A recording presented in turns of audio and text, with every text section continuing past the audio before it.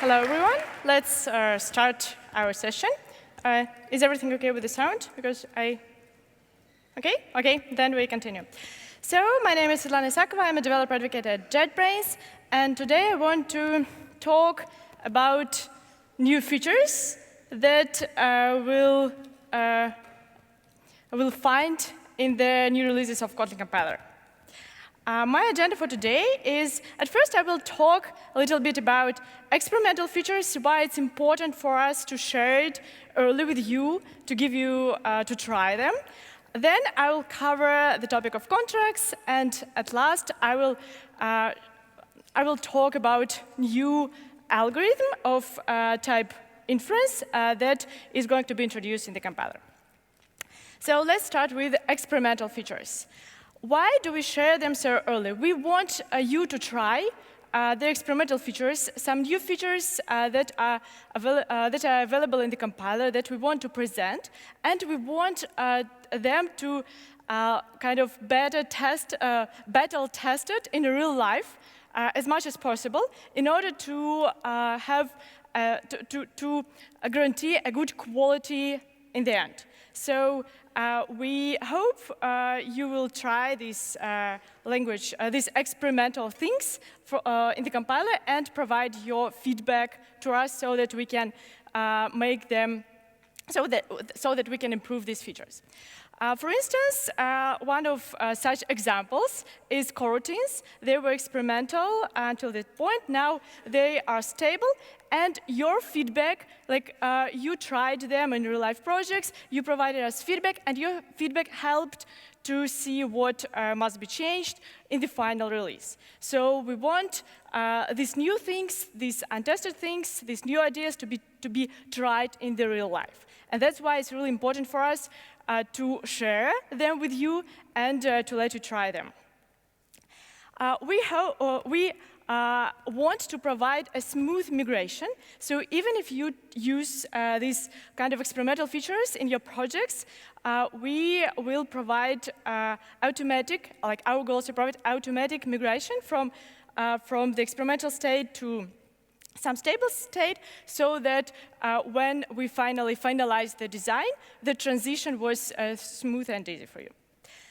And when you use these experimental features, so such features are available in the stable version of the compiler, but when you use them, you need to explicitly say that you agree to use these features, you understand your responsibility, you understand that they may change, that they may break, and you explicitly opt into using this functionality.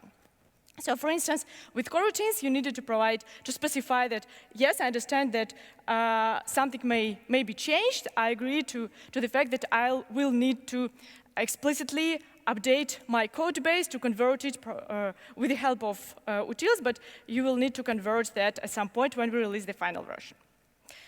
And now we want also to share this possibility to release some unfinished API also with the library authors. So we do that in our standard library, and now we also support the same approach for library developers. So if you want to introduce some untested new API to your library, you may annotate it with special, like you can mark that this part of your API is experimental. And users of your library will need to explicitly, again, like with experimental features of the compiler, opt in and say that, OK, I understand, I want to use this part of the library, and provide you early feedback. So now the same approach is available for the community, so you can also use these tools, this early feedback loop for the clients of your API. To use that, you may to annotate your experimental API with to flag it as experimental, as something new. You introduce some experimental annotations, and you just annotate all the features, all the methods of your API, and then the users of your code will need to explicitly agree to use this functionality. And you it's important that you may release this also in a stable versions of the library. In this way, it's on the one hand stable, but on the other hand, people who use that explicitly say that, yes, we understand what's going on. To use experimental API, you may either opt in as in the language level, providing it as an option, or just specify as annotation that I use this experimental API. This we have different annotations for different parts of experimentalities because we have different libraries, different features, and you may test them separately. So you may be interested in only one experimental feature, and that doesn't mean that you're ready to have all the experimental state that we have in the language and in all the libraries. So you may explicitly say which kind of experimental features or libraries you're interested in. In general, as a kind of summary, this experimental API, experimental features, this approach allow us to have feedback loop with the community, to gather feedback, and to have the best result at the end. So the more feedback we can gather for our features, the best result you'll get in the end. So that's kind of your own interest to give us feedback, to try that as early as possible. So that's the whole idea of how it works. So now, that was some introduction to these experimental ideas, that experimental approach that we have with the language. And now, let's discuss some exact features that we introduce and that you may now also play with. At first, I want to talk about contracts. And you may have already seen some of these contracts. In the latest versions of the Kotlin compiler and libraries, you may have seen that the simplest run function has changed. And now it looks a little bit less trivial than its default implementation. So now it contains some contract and some additional syntax, and it's a little bit unclear what's going on. So if you've seen it, you may wonder why this function has changed. And now I want to uncover the magic and explain why we added these details, these contract details, to some of the library functions. So what we gain after adding these contracts. First, with motivation, with the initial problem. So you may write this code in Kotlin, and you may try to write this code in Kotlin right now. However, in Kotlin 1.2, you'll have the compiler error saying that actually you cannot reassign the val inside this run lambda, inside this run block. And you may wonder, why do I have this error? Because I know that run just runs once this lambda, just executes this block of code, and I know that this variable will be initialized. However, Kotlin forbids such logic, and contracts help with that. Because in general case, we don't know whether our function runs lambda only once or stores it, so there are many functions, and we cannot support this for all the functions with lambdas, but exactly for run, that makes sense. Another use case, also kind of annoying, is this nice function is null or empty. We have in the language this possibility to check whether string is null or empty. However, right now, if you write this code, it won't compile in Kotlin 1.2 because the Kotlin compiler can't infer that your string value is not null here. In general case, it's unknown what happens inside this function. So you know that inside this function, you check that your string is not null. And for you, that's obvious that in this case should work. But in general, we can't guarantee that. And again, contracts might help here. So Kotlin Contract allows to share some extra information written by the developer about code semantics with the compiler. And adding such Kotlin contracts to my two use cases mentioned right now will help the compiler to understand what's going on inside this function and to compile this code. So after we added a special contract to run, we somehow told the compiler that exactly in this use case, run runs lambda only once, and variable initialization should work here. So now such code works with contracts. The same with isEmpty or null. Now such code works with contracts because we somehow told the compiler that, look, we know that this function checks string, and if the function returns false, then string is not null. So now that works. Now I show you the syntax, how we get this logic. And this is the way to add contract to the function. So we added some contracts to the standard library. The syntax for contract declaration is experimental, is unstable, and most probably will change. However, the logic, how we interpret these contracts for functions in standard library that we already used, is stable, so that the consequences of contracts you can enjoy even now in 1.3. But the declaration syntax, how you define your own contract, is experimental and may change. However, you can try it if you want.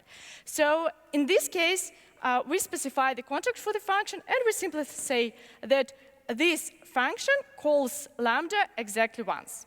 And after saying this extra information, after adding this extra information about the function, the Kotlin compiler understands that and uses it for the compilation, for the analysis of the code. The similar contract is applied to several library functions, such as run, let, with apply, etc. And they all now are considered by the compiler as functions that run lambda exactly once with this extra information available. The similar thing is applied to isNull or empty function. Now we use similar DSL, similar syntax, and we can read it. We can read this contract. If this function returns false, that means that the receiver of this function is not null.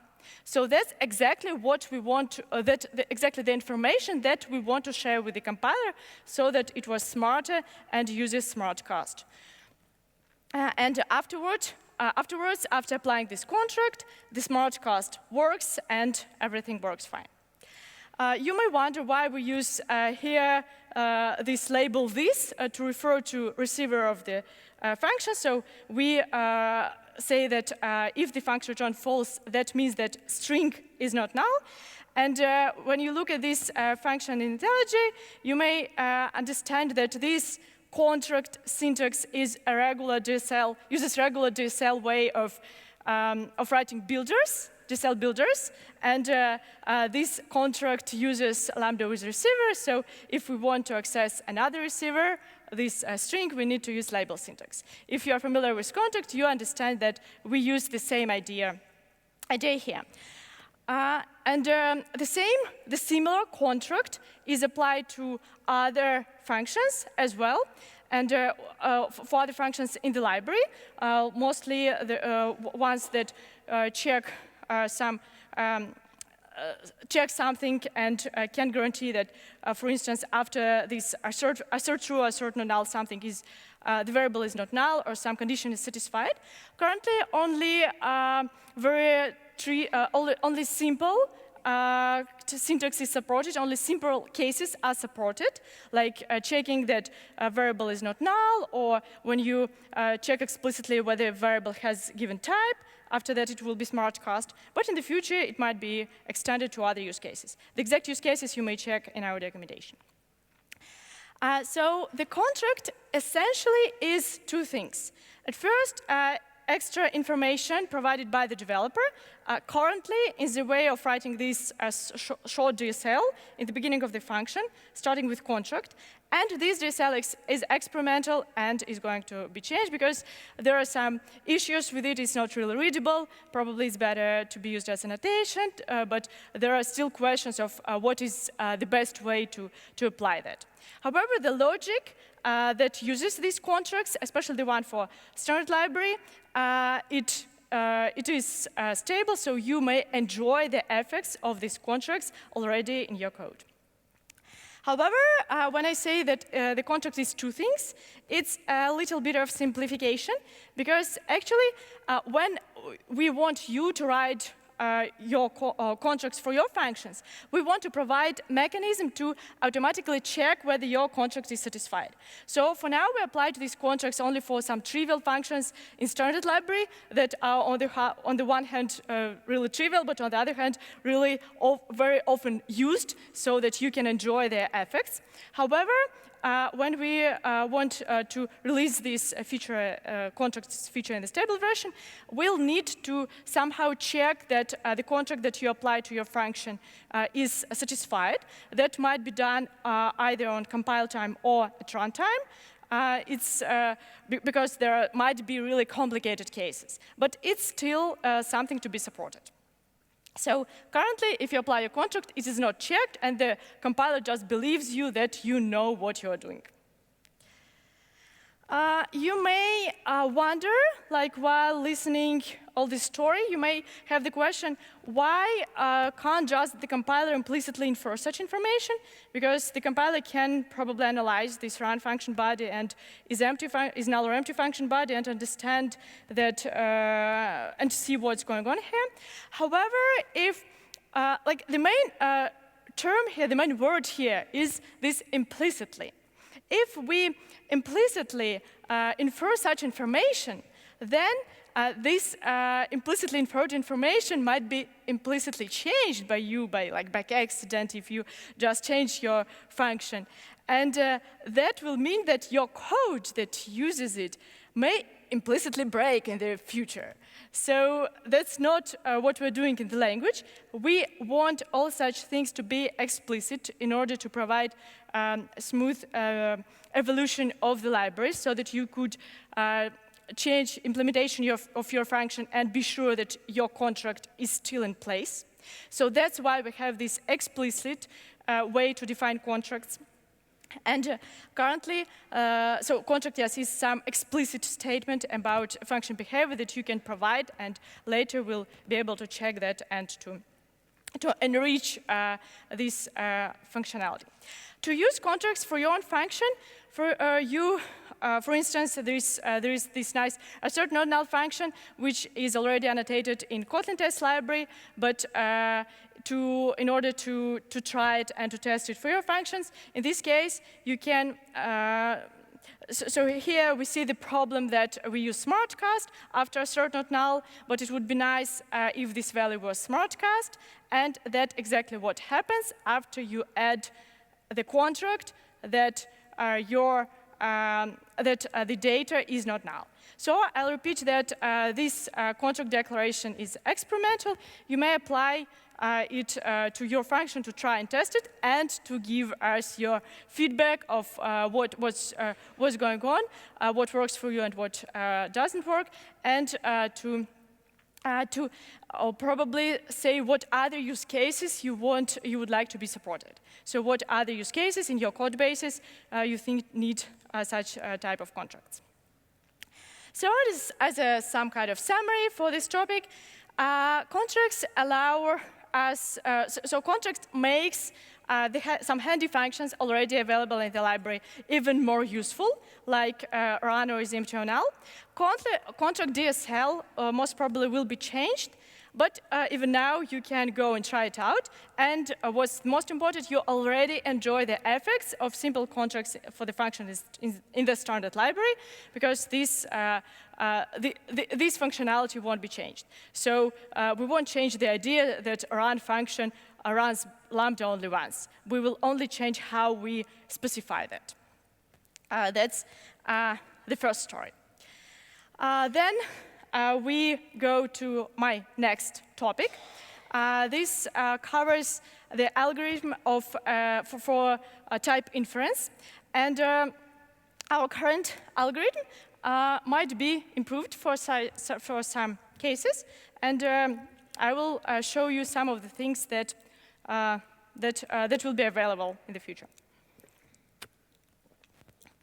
So the main goal of this new type inference algorithm is to provide a more powerful algorithm for type inference. So whenever you have some function with generics, sometimes you may note that the compiler isn't smart enough probably to infer the generics in the correct way, so sometimes your function with generics won't compile. And there are some corner cases that are known, and this new algorithm will try to cover more uses, to be able to infer types correctly for more different scenarios, for more complicated situations. And also, some new features will be supported only in this new type inference algorithm. We already know some pain points of the community that I will cover right now. And the idea is to support all these new features in this new algorithm.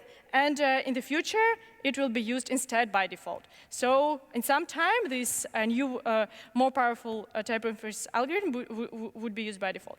Right now, you can opt in to use this another algorithm. So it's essentially this type inference algorithm, like how we infer the type, it is rewritten from scratch in the Kotlin compiler. So it's another algorithm which covers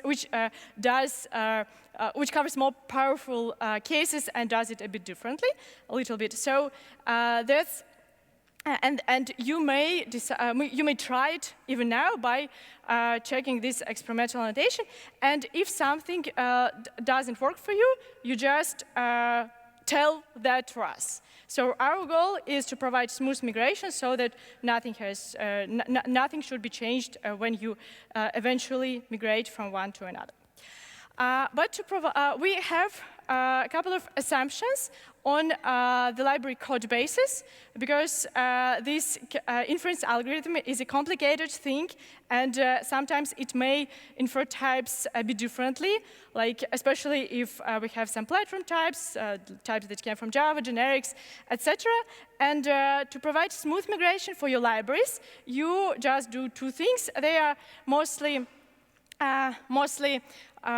clear, and probably you do it already, but I want to highlight that we have two assumptions what we expect from the library authors. At first, libraries should specify type declarations explicitly for public API. And that's kind of good practice to do so. We do the same for Kotlin, standard library. So in this case, if something slightly changed for your not trivial scenario with function with generics, etc., then you note this change early. And in IDE, in IntelliJ, we have inspection, which will tell you if you don't, if your public API doesn't have explicit type specification, so you can turn it on in order to have this, to get these warnings earlier. And another assumption is that if you overload the functions, these overloaded functions should do the same thing. That's, again, this for corner cases, if we somehow, if the code is compiled, the Kotlin compiler always understands which function is called here, this call site. And if several functions are available, then this option, which one is chosen, might change, and it's your responsibility to guarantee that all the overloaded functions do the same thing in the end.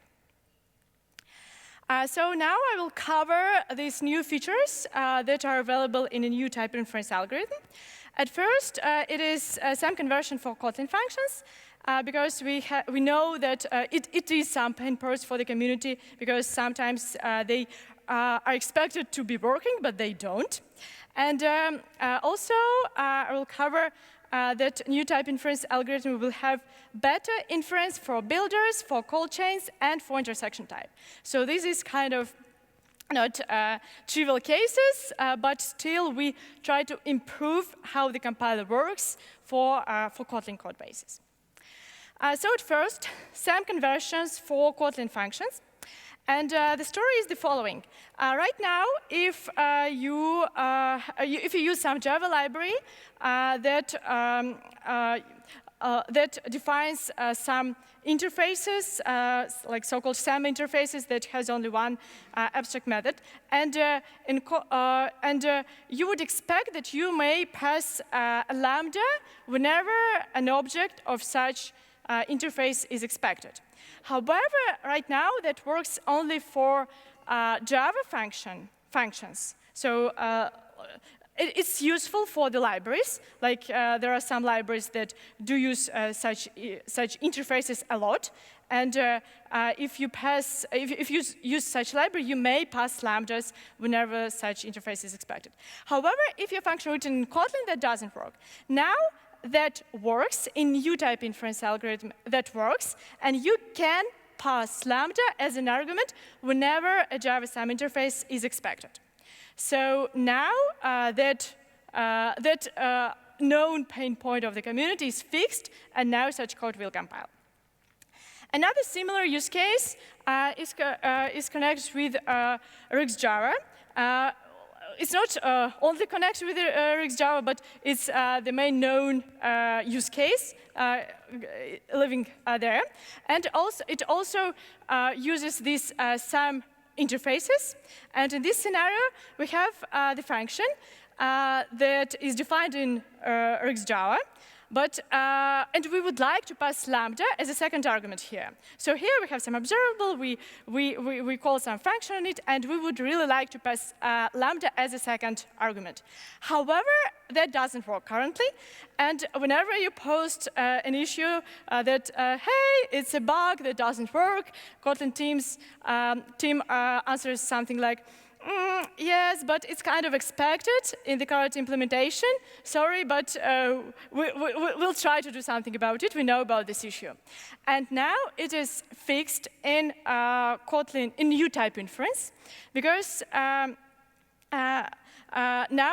you can pass lambda. And the problem in this scenario was that under the hood, both arguments, that's not very clear when you work with, there's not initially obvious when you work with Rx, but in fact, these two arguments are some interfaces, and the Kotlin compiler before allows you to pass either to lambdas or to objects. And that's the only way how it worked before.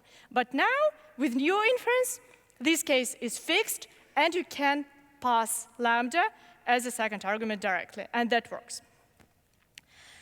Another scenario, another use case for when this new type inference shines, when it has some changes, is the story of inference for some builder functions. And the most known story is about using sequence. So in this case, in Kotlin 1.3, you can use yield, and this yield works whenever you create this old name for this function was build sequence, when you build a sequence. And interestingly, in this scenario, Kotlin compiler correctly infers that the type of this sequence would be sequence of integer, but that uses this information only because you used yield in there inside it. And unlike C#, for instance, yield in Kotlin is not a built-in language construct, it's a regular function in the library. So that's interesting how that works. And because in general case, when you just use lambdas and call some functions with lambdas, that the result type for the expression may somehow depend on the lambda just return type. So in this scenario, like it's a trivial case, you probably write such code very often. In this case, when the compiler tries to infer the type for the whole expression, it analyzes the lambda, understands that the result type of the lambda is int, and afterwards infers that the result type of the whole expression is list of ints. However, when we're talking about sequences, it's like when you try to apply the same algorithm, like analyze lambda and use its result type, it won't work. Because here, we somehow uses the information from different calls to infer the result type. And that works. So in this case, the result type may depend on some calls inside lambda, not only on, on the result type. And this modification for type inference algorithm currently is available as an opt-in functionality. So this is so important case that, like contracts, the effects of this algorithm work already in Kotlin 1.3. So in Kotlin 1.3, you already have this working. You don't have to opt into anything. So that will already correctly infer this type. But to use, to try this same functionality for your own functions, you may opt in explicitly to use this exactly feature. And in order to change change the way how the compiler analyzes your lambda of your function, you specially annotate the lambda of your function. So the general idea here is that even now you can try it for your own code and see how it works, and give us feedback. Right? That's what we expect. So this annotation improves this build to inference, and in this case, we can just declare this build to list function, annotate this lambda, and that will change how the compiler analyzes this lambda of build to list argument, how it uses this type information from this lambda to infer the result type. So that will improve the algorithm. In the end, I can't say whether this annotation will be unchanged. Probably it will be part of the new type inference algorithm altogether. Probably new type inference algorithm will be smart enough to understand such cases. I can't guarantee you, but even now you can try how it works for your similar functions. Kind of similar case, another scenario when, like, to show you how this new type inference algorithm is more powerful and supports more different cases. I want to share this case for inference for so-called call chains. And in old inference, currently, okay, this is a kind of simplification, but to understand why it's not working right now and why it can work later. In old inference, one call is analyzed at a time.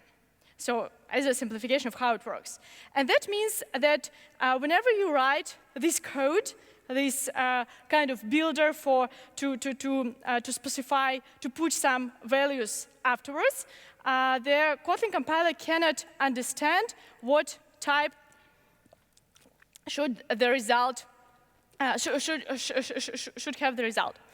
But in new inference, the whole call chain is analyzed at once, and that gives the compiler enough information to infer the types correctly for such use cases. So basically, I think that this scenario isn't yet even working if you opt in currently, but it is something to be supported in this new type inference algorithm. So now I'm trying to share with you what kind of changes are to be expected in this new type inference, what you can gain if you opt into it in the future. The last example of things that are improved in this new type inference algorithm is the story about intersection types. So in the language, we do not know and do not have any plans, so far at least, to complicate the language with introducing real intersection type. However, for the inference purposes, sometimes it's really useful to understand that some intersection type may appear. So for instance, here I have two interfaces, something that may drone and something that I can throw. It's not about exception, but just an example for this slide. And say I want to throw it into the river, and I want to throw something that is both drownable and throwable. Right? Makes sense. And in old algorithm for type inference, if you write the code like that, the Kotlin compiler wasn't really able to infer the type in the correct way. But you see that here you explicitly check that something will thrown and something can be thrown. And in a new type inference algorithm, this case is supported in the right way, and the Kotlin compiler implicitly infers that this something type here is both drownable and throwable. You see that you have already checked that using these is checks. So this case now works, and important, you cannot, so we don't introduce these types, you cannot define the variable of such type. It's not a syntax. It's just something that you may observe how the compiler works, especially if you check like what type this expression currently has, and you will see this type information. But that's not something that you can use in the language, and we don't have plans to introduce that. And one interesting specific use case for these intersection types is the ability to the ability to say for a generic type that is known to be not null. Before that, we didn't have the proper support for such non-trivial case in the language. And if you try to work with generics, and probably you tried to use this exclamation mark on a generic type, and you were surprised, like, why it doesn't work properly. And the answer was because we didn't have the proper support for that. We didn't have the proper type in the language to express this idea, that you somehow checked your generic type for being not null. If you think of it, it's the same as saying, like, after you check your generic type for being not null, it's the same as saying this type is both T and both not nullable any. So that's why it's intersection. Like, when we intersect generic T type and non-nullable any, we'll get this exact information. This type is checked for being not null. The value of this type was checked for being not null. So in this case, in new type inference algorithm, new powerful type inference algorithm, this scenario works fine for us. And if you, again, this is not the type that you can use in your language, That's not the type that you can explicitly say your variable has. That's just the type that you can observe how the compiler internally works. And you may sometimes call this show expression type, and you may see in this scenario that this T with 2 exclamation marks, and that means that your generic types was checked for being not null. Like in this scenario, or if you explicitly check, if you want to do something with the generic, you explicitly check that this variable is not null, and now, even if it's a generic, the Kotlin compiler correctly understands such case and supports that. One example of using this feature in action is we can improve our assertNotNull function even more. So in the beginning of my presentation, I've shown you how we can add contract to this assertNotNull function to improve how the compiler applies smart cast after this assertNotNull. And now we can have one more improvement with this to this assertNotNull. It would be nice to use this if this assertNotNull returned the result. And if it returns the result, then we can write the code like this. Like we can say assertNotNull, and afterwards apply some more logic to the result of this assertNotNull. And the Kotlin compiler now correctly understands that that case, and that's how this assertNotNull function defined in the library. And with having this internal feature of the type, generic type that was casted to not null, this type with 2 exclamation mark, now the Kotlin compiler, whenever it uses assertNotNull on a generic type, may correctly infer this information. So here I just say that, okay, my assertNotNull now returns T, right? So we have this generic type, we accept nullable types, expect nullable types, and return something non-nullable. And whenever we use this assertNotNull with generics on a generic argument, you may again see this internal type that exists when the compiler infers the type. So again, it's not something that you can use in the language, but it improves how the Kotlin compiler analyzes your function and which cases worked correctly for your use cases. So this is an interesting idea how this is an example of these intersection types used inside the compiler for the language. So as a kind of summary for new type inference capabilities, we have this new type inference algorithm that you can try, and we hope that you will try it for soon to say us what works and what use cases, whether everything works fine, what use cases are supported and need to be supported. You can try these new features. And this new type inference algorithm will be used by default in the future. So what I've already today talked about, that will be available in the language as language features. But right now, we are in this stage when we want you to try that, and we want to gather as much feedback as we can about these features in order to provide the best result in the end. So that's the state of this story right now. So please go and try it out.